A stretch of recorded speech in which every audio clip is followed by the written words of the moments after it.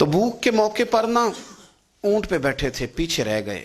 ऊंट सुस्त था, थक गया, चल नहीं रहा था। हजरत अबू ज़र गिफारी रदी अल्लाह ताला अन्हु पहले तो उसे ले गए एक गांव में कि ऊंट बीमार हो गया, उसका इलाज कराया, लेकिन जब वो ठीक ना हो सका ना तो ऊंट वहीं छोड़ दिया। हुजूर सल्लल्लाहु अलैहि वसल्लम के पीछे ज़रूर पहुंचना है मैदान तबूक में। तो जो सामान था वो सारा पुश्त पे रखा और अकेले ही चल दिए, तने तन्हा और पैदल। सामने से गर्द उड़ती हुई नजर आई तो लोगों ने कहा हुजूर पता नहीं कौन आया है। फरमाया तुम्हें नहीं पता, मुझे तो पता है ना, अबू ज़र गिफारी आया है। अबू ज़र गिफारी आए। फिर हुजूर ने फरमाया यमशी वाहिदा व यमूत वाहिदा व युबास वाहिदा। फरमाया ये तन्हा चलते हैं, ये तन्हा ही दुनिया से जाएंगे, तन्हा ही उठाए जाएंगे। तन्हा तन्हा चलते हैं, तन्हा ही दुनिया से जाएंगे, इंतकाल तन्हा ही उठाए जाएंगे। जो बहुत ज़्यादा सख्ती करने लगे सहाबा पे, बहुत ज़्यादा।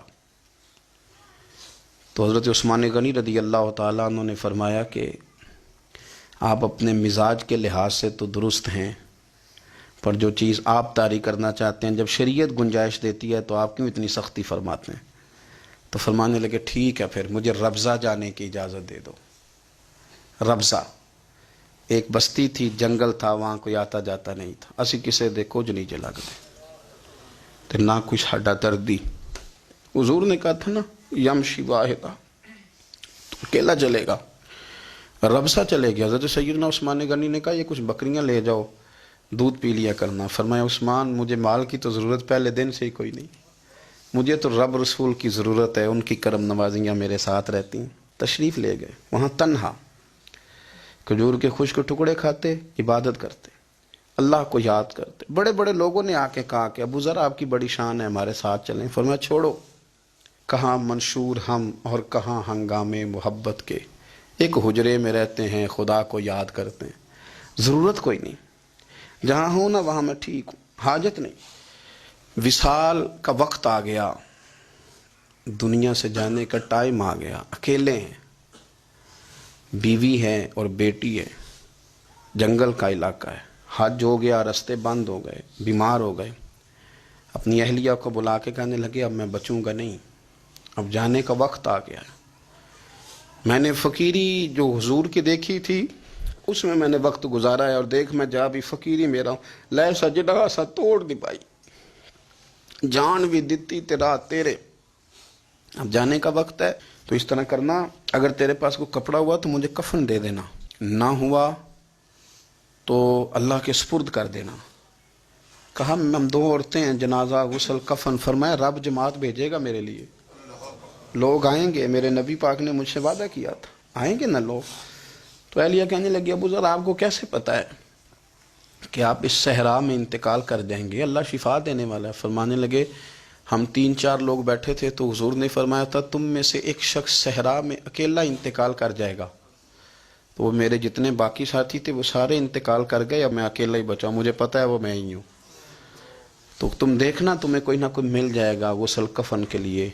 आपकी अहलिया कहती हैं कि मैं उठी, कभी दौड़ के मैं बाहर जाती, सड़क पे जाके देखती कोई गुजर रहा है, फिर मैं आके कहती हज ख़त्म हो गया है, रास्ते बंद हो गए हैं, कौन आएगा जंगल में। फिर मैं आके उनकी तीमारदारी करती, फिर उठ के जाती, फिर मैं आके तीमारदारी करती। अचानक मेरी नज़र पड़ी तो एक छोटा सा काफिला आ रहा था, उस काफिले में चंद लोग थे और सबसे बढ़कर सहाबी रसूल हज़रत अब्दुल्ला इब्ने मसूद भी थे।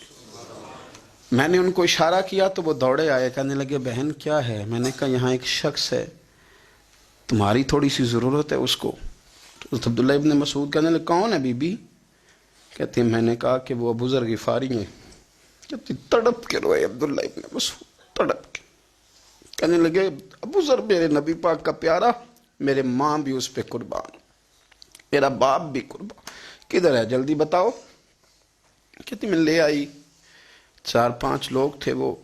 तो सैयदना अबू ज़र गिफारी कहने लगे अब्दुल्ला मेरा विसाल हो जाएगा, लेकिन याद रखना मेरी बीवी के पास कफन के लिए कपड़ा मौजूद नहीं। और लहो सजना सा तोड़ ही नहीं पाई, जान भी दिती तेरा तेरे, कफन के लिए कपड़ा नहीं है, लेकिन तुम में से ना वो बंदा कोई कपड़ा ना दे جو کبھی کسی سرکاری عہدے پہ رہا ہو، وہ بندہ میرے کفن کے لیے کپڑا نہ دے، کسی سرکاری عہدے پہ رہا ہو۔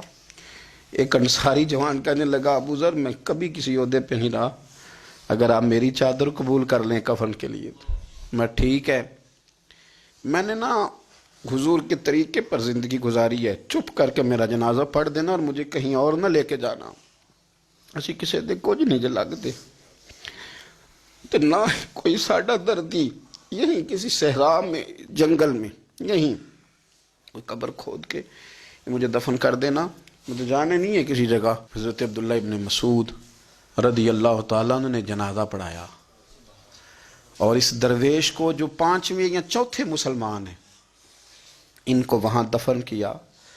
جب خبر پہنچی نا مدینے تو سب سے زیادہ آنسو مولا علی نے بہائے، سب سے زیادہ حضرت علی نے۔ لوگوں نے کہا اتنا کیوں روتے ہو؟ فرمایا 2 ہی تو بندے تھے جو اللہ کے راستے میں کسی کی پرواہ نہیں کرتے تھے، اب ایک ہی رہ گیا ہے۔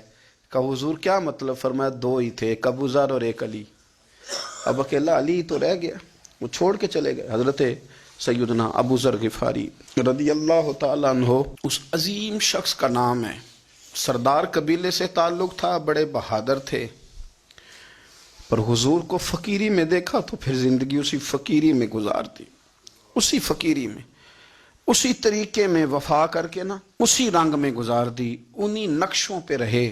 اگرچہ جائز تھا، بڑے بڑے لوگ تھے، حضرت عبد الرحمن ابن عوف، بڑا مال تھا، حضور نے ان کو جنتی کہا، ان کے پیچھے نماز پڑھی، سب ٹھیک تھا، پر فرماتے تھے یار میں انکار نہیں کرتا، پر میرے نبی نے فقیری کی، حضور نے ایک وقت کھایا ایک وقت بھوک کاٹی، تم کس طرح بھر بھر کے پیٹ کھاتے ہو، تم کس طرح اتنی آسانیاں دیکھتے ہو؟